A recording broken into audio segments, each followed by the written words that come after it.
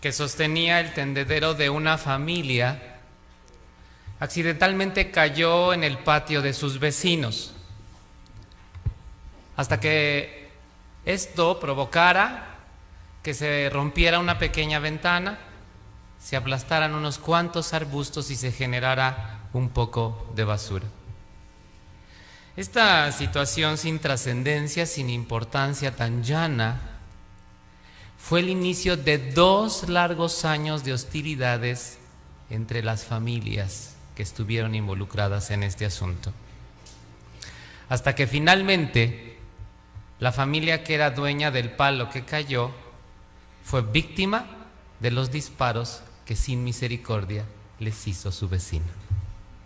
¿Se imagina? Una situación en donde la presión, la frustración, la hipersensibilidad, el no saber arreglar los asuntos y llegar a un punto cordial para no entrar en un conflicto, llevó a situaciones y resultados de graves problemas. Cárcel para el homicida, orfandad para los hijos del matrimonio al que se le dio muerte, y podemos estar seguros que hasta la fecha estas familias siguen viviendo esas consecuencias.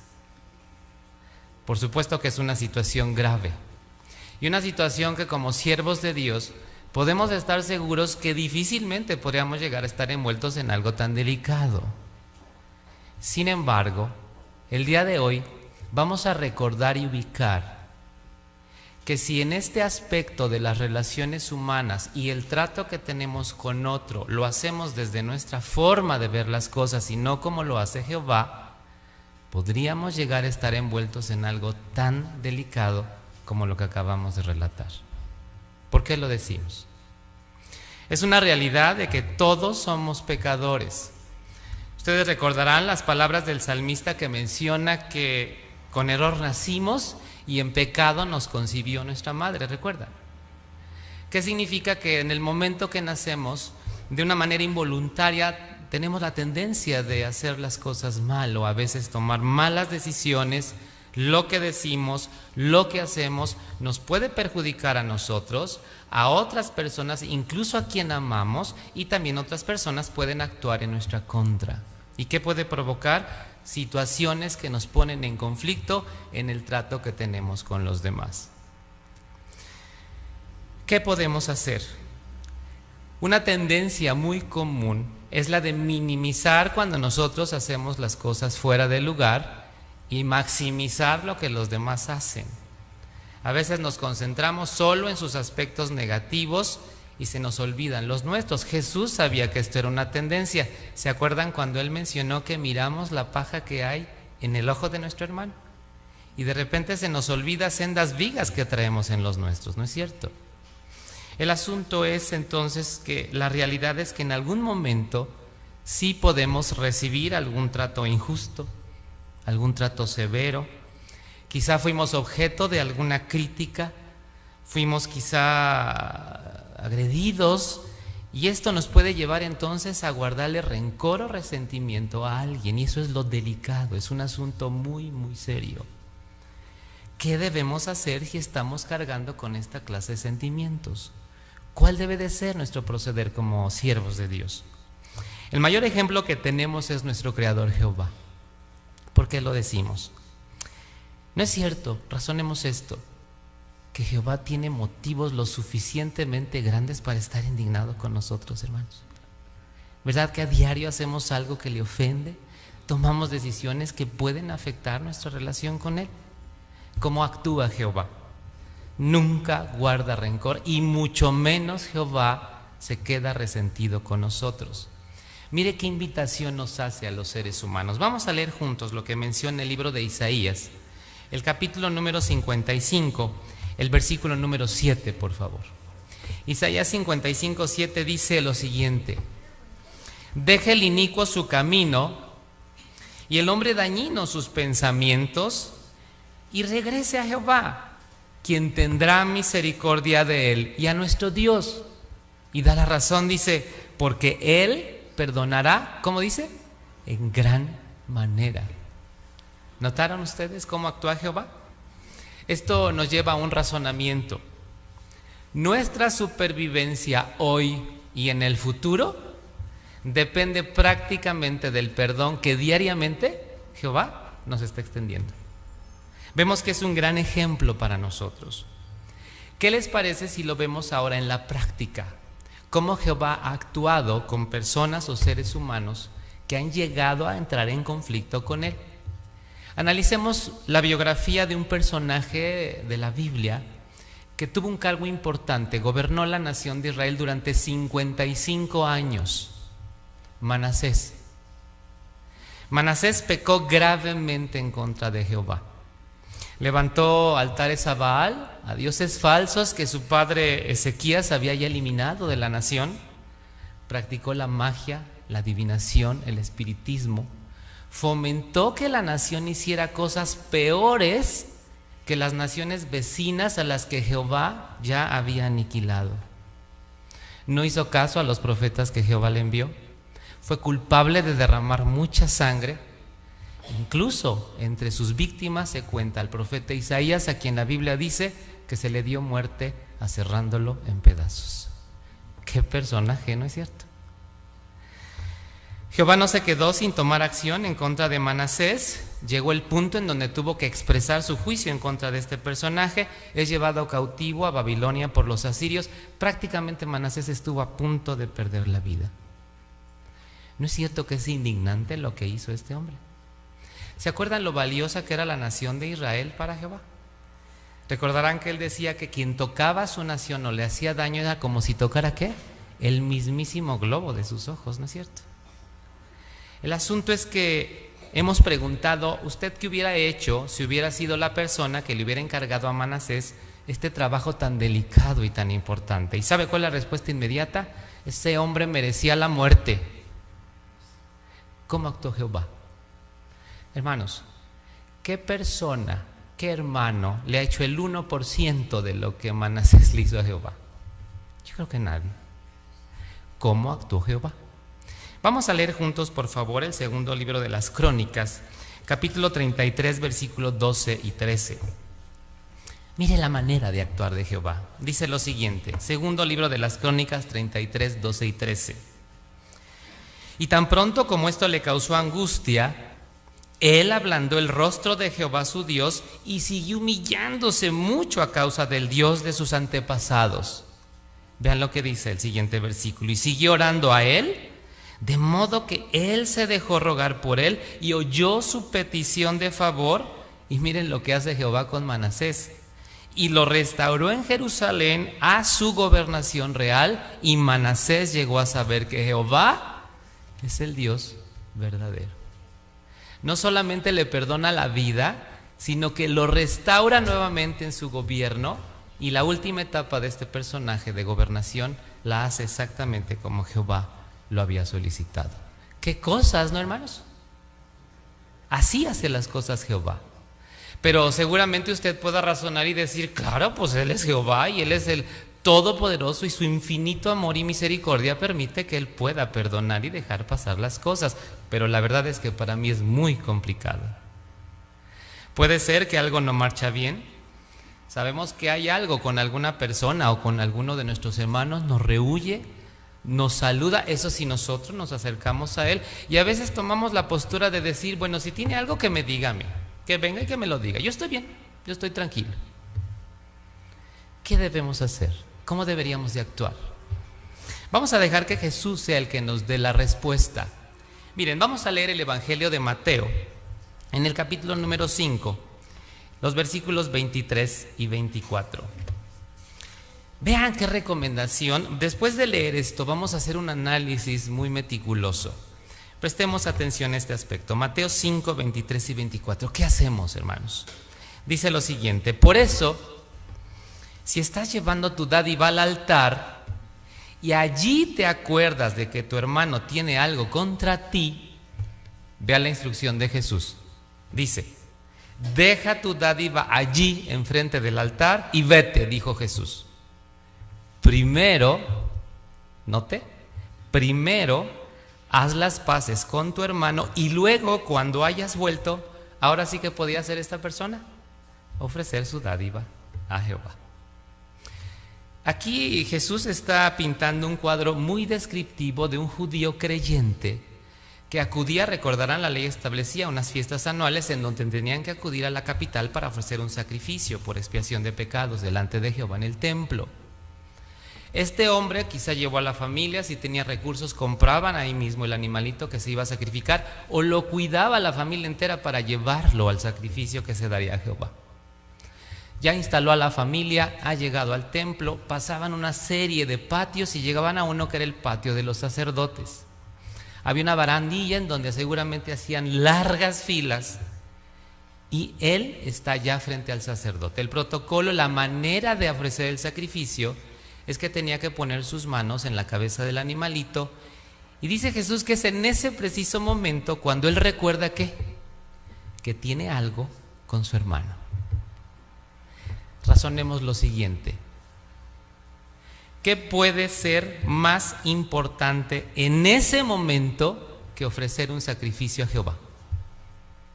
Quizá podemos razonar y decir, no, primero está Jehová. Ante cualquier cosa, primero está Jehová. Sin embargo, ¿qué dijo Jesús? Dice, no, señores. Le dice, primero vas y buscas a tu hermano y haces las paces con él. Pero ¿qué pasaría si este judío decía, pero yo no tengo ningún problema con él, el del problema es él conmigo? ¿Qué involucraba? Humildad y tomar la iniciativa, ir y buscar a esta persona, a este hermano. Imagínense Jerusalén, de una población densa, llena de visitantes, encontrar a esta persona y decirle, oye hermano, tú y yo tenemos un problema, algo está pasando, yo no puedo ofrecer mi sacrificio a Jehová y tú tampoco si no nos arreglamos. Haz las paces con él, dijo Jesús. ¿Cuál es la lección que nos deja esto? Es una lección de crucial importancia. ¿Sabe cuál es? Que la reconciliación o la paz tiene prioridad sobre cualquier sacrificio que querramos ofrecer a Jehová. Sus privilegios, su predicación, su asistencia a las reuniones, el apoyo que da a los intereses del reino, se invalidan si entre nosotros hay alguna discordia o un sentimiento o un resentimiento en contra de alguien. Nuestra manera de tratar a nuestros compañeros de creencia va a influir directamente en nuestra relación con Dios. ¿Vemos lo delicado que es mantener buenas relaciones entre nosotros y con otras personas? Es algo muy serio. Miren, recordarán las palabras del apóstol Pablo en la carta a los Efesios 4, 26 y 27. Ahí dice, estén airados y no obstante no pequen, menciona Pablo. ¿Qué significa esto? Se vale que se enoje, sí, enójese. Si algo le hicieron, si siente que usted le agredieron, que algo pasó, enójese, dice Pablo, se vale. Salmos 4:4 dice, agítense, pero no pequen. Digan lo que quieran en su corazón, sobre su cama, dice, y callen. Sí se vale enojar. Sin embargo, el apóstol Pablo complementa cuando dice que no se ponga el sol estando ustedes en estado provocado. Porque entonces, ¿a quién le damos lugar? Al diablo. Así no lo dice la Escritura. Es decir, hoy no se puede poner el sol y usted debe de haber arreglado ya cualquier asunto pendiente que tenga con alguien. Porque si no, ¿a quién le damos lugar? A Satanás. Vamos viendo, hermanos, lo que implica el tener buen trato y buenas relaciones y sobre todo no guardar ningún sentimiento en contra de nadie. No hay que ofendernos por cualquier cosa, a veces somos hipersensibles. Hay que tener mucho cuidado porque hay que reconocer que a veces nosotros también decimos cosas de otros, a veces también actuamos sin querer o a veces con alguna intención, puede provocarlo la gente, haciendo algo en contra de los demás. La verdad es que muchas veces no vale la pena darle tanta importancia a las cosas que suceden. ¿Se acuerdan de cuántas cosas acusaron a nuestro Señor Jesucristo? ¿Lo recuerdan? De glotón, que andaba con rameras, que andaba con recaudadores, que no cumplía la ley, y le dijeron y lo acusaron de 1000 cosas. Jesús no armó un lío. ¿Qué hizo nuestro Señor Jesucristo? Permitió que el tiempo y sus acciones fueran las que contestaran o dieran respuesta a todas estas situaciones que le estaban acusando. ¿Se acordarán ustedes que él mismo dijo que la sabiduría ¿qué? Queda probada por sus obras? Exactamente es lo mismo que nosotros debemos hacer y aplicar. Es probable que sí nos sintamos agredidos, es probable que tengamos algo en nuestro corazón. ¿De verdad valdrá la pena darle tanta importancia? El rencor y el resentimiento, ¿sabe a qué se equipara? A un ladrón. ¿Qué nos roba? Nos roba la paz mental. Si permitimos que esta emoción tan negativa nos controle, nos va a robar nuestra salud espiritual y nos va a robar incluso nuestra salud física, porque puede llegar a causarnos incluso graves enfermedades. Proverbios 17:22 dice: un espíritu herido, escuche usted, seca los huesos. Y esto es real. El que guarda rencor o resentimiento, el que abriga animosidad en contra de alguien, en realidad es el que sufre. ¿Por qué lo decimos? Es como darse una bofetada y esperar que a la otra persona le duela. A eso se equipara, ¿no es cierto? Entonces no lo vale, porque finalmente empezamos a dañarnos a nosotros y empezamos a afectar, ya lo estamos analizando, gravemente nuestra relación con Jehová. Usted ha ubicado las revistas, el último broadcasting, discursos que hablan que debemos de mantener buenas relaciones, que no podemos tener conflicto con nadie, porque entonces invalidamos nuestro servicio a Jehová. No es una opción, es un deber, es un mandato o una misión que debemos mantener sanas y buenas relaciones con otros y por supuesto que con nuestros hermanos en la congregación. Es un mandato. Miren, abran su escritura por favor en el libro de Levítico, el capítulo número 19. Mire lo que menciona el versículo número 18 del libro de Levítico. Vea qué palabras de Jehová. Levítico capítulo 19, 18 dice: no debes tomar venganza ni tener rencor contra los hijos de tu pueblo. ¿Ya veo la instrucción? Y tienes que amar a tu prójimo, como dice, como a ti mismo. No era opcional, esto era una ley, era un mandato que implicaba arreglar las cosas entre hermanos. Esto es una obligación para nosotros y tener mucho cuidado de guardarnos esas cosas, porque podríamos estar en la postura de algunas personas que en donde pasan los días, las semanas, los meses, incluso hasta años, que están guardando rencor y resentimiento porque me hizo, porque me dijo. Mira, a veces pasa tanto tiempo que ya ni se acuerdan de qué fue el primer problema. Ya nada más van al día, ¿no? Viendo lo negativo, las cosas que están fuera de lugar, y es pelear, pelear y pelear. Cuidado con esa actitud. O también podemos tomar la actitud de decir: yo te perdono, sí, yo te perdono. Eso sí, a mí nunca se me va a olvidar eso que me hiciste. ¿Eso sería hacer las cosas como Jehová? Evidentemente no. ¿Sabe por qué es tan delicado? ¿Cuál es el problema de esta situación? Y de verdad es una fibra muy importante que toca, y el consejo es muy claro de Jehová para arreglar los asuntos entre nosotros, porque es como un proceso. Cuando no se arregla el conflicto, uno empieza a sentir antipatía por la persona.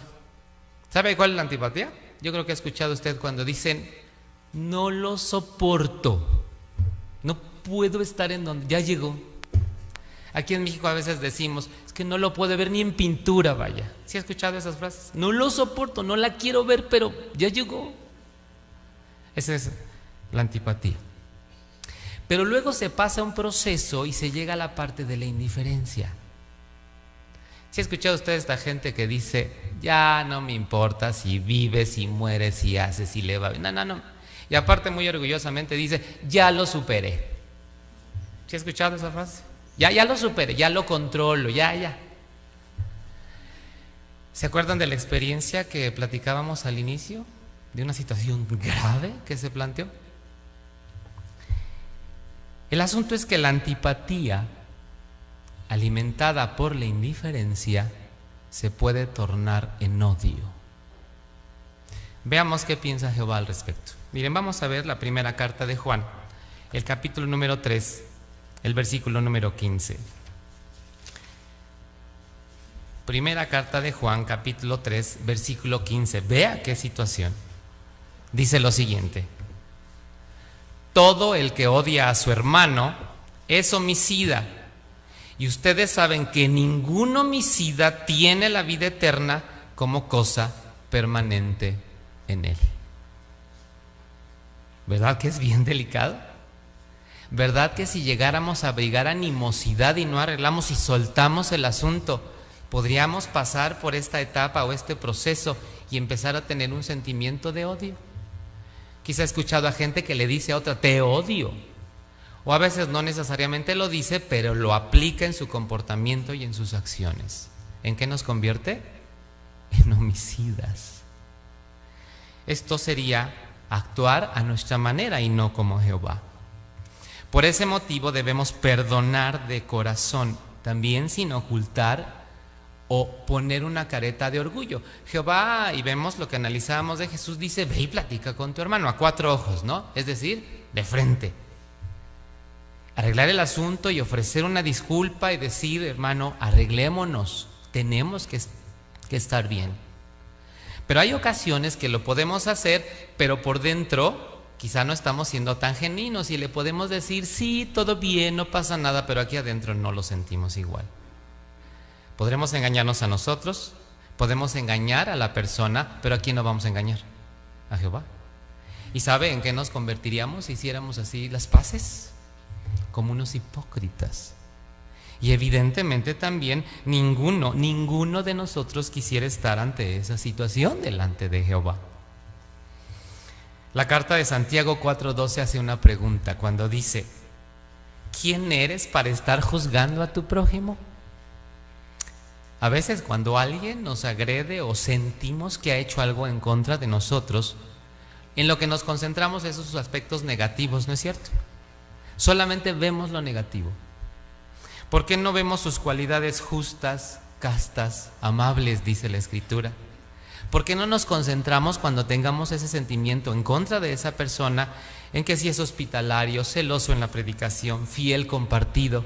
¿Y sabe qué pasa? Se disipa esa emoción. Sirve mucho hacer eso.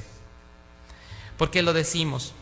Porque esto nos va a permitir estar sanos y limpios y podremos voltear para arriba y decirle a Jehová, Jehová, quiero estar lo mejor posible contigo.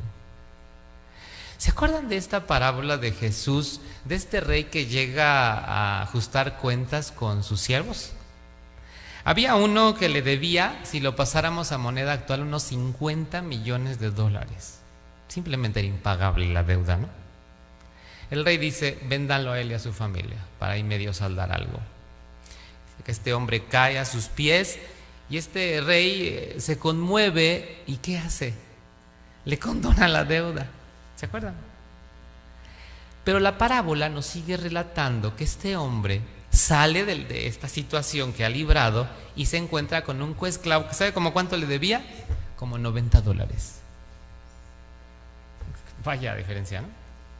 ¿Se acuerdan en el libro El hombre más grande de todos los tiempos? ¿Cómo lo tiene del cuello exigiéndole que le pague? Preguntamos lo siguiente: ¿cómo cuánto le debemos a Jehová?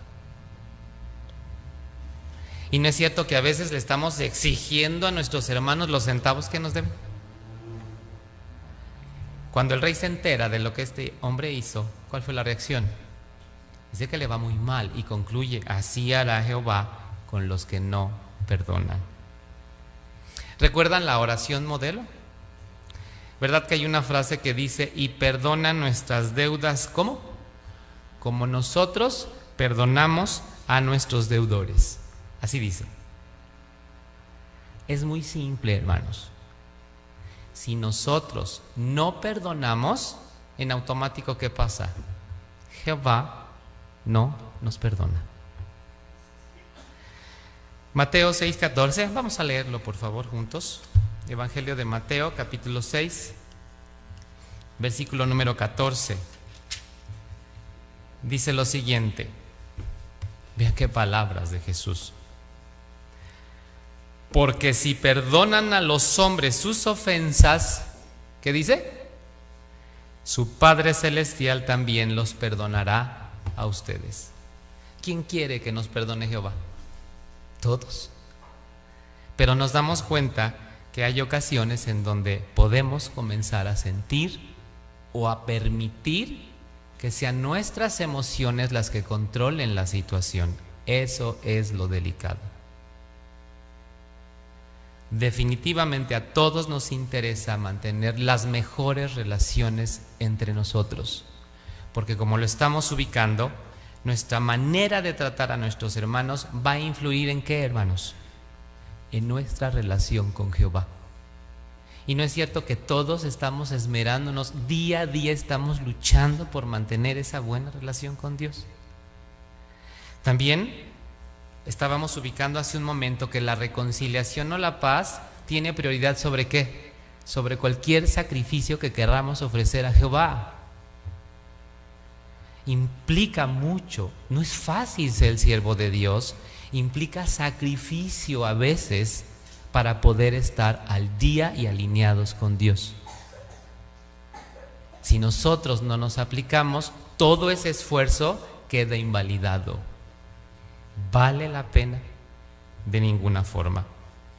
Por ese motivo, cuanto antes es esencial que desarraiguemos de nuestro corazón cualquier tendencia que tengamos a guardar rencor.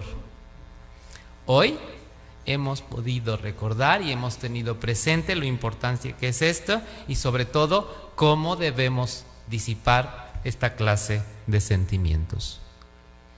Podemos decir lo siguiente: ese nuevo mundo que tanto estamos anhelando que llegue va a estar lleno de personas que van a saber convivir entre ellas. Ese nuevo mundo que tanto deseamos que ya se establezca y esté manifiesto, va a estar lleno de personas que se van a saber perdonar y que van a convivir en las mejores condiciones y de la mejor forma. La pregunta es, ¿y nosotros podremos perdurar para siempre también? Por supuesto que la respuesta será sí, vamos a perdurar para siempre si nos aplicamos al consejo de Jehová, hacemos las cosas como Él nos da el ejemplo para que las realicemos y por supuesto jamás guardamos rencor ni resentimiento en contra de nadie y evidentemente eso nos ayudará para vivir para siempre.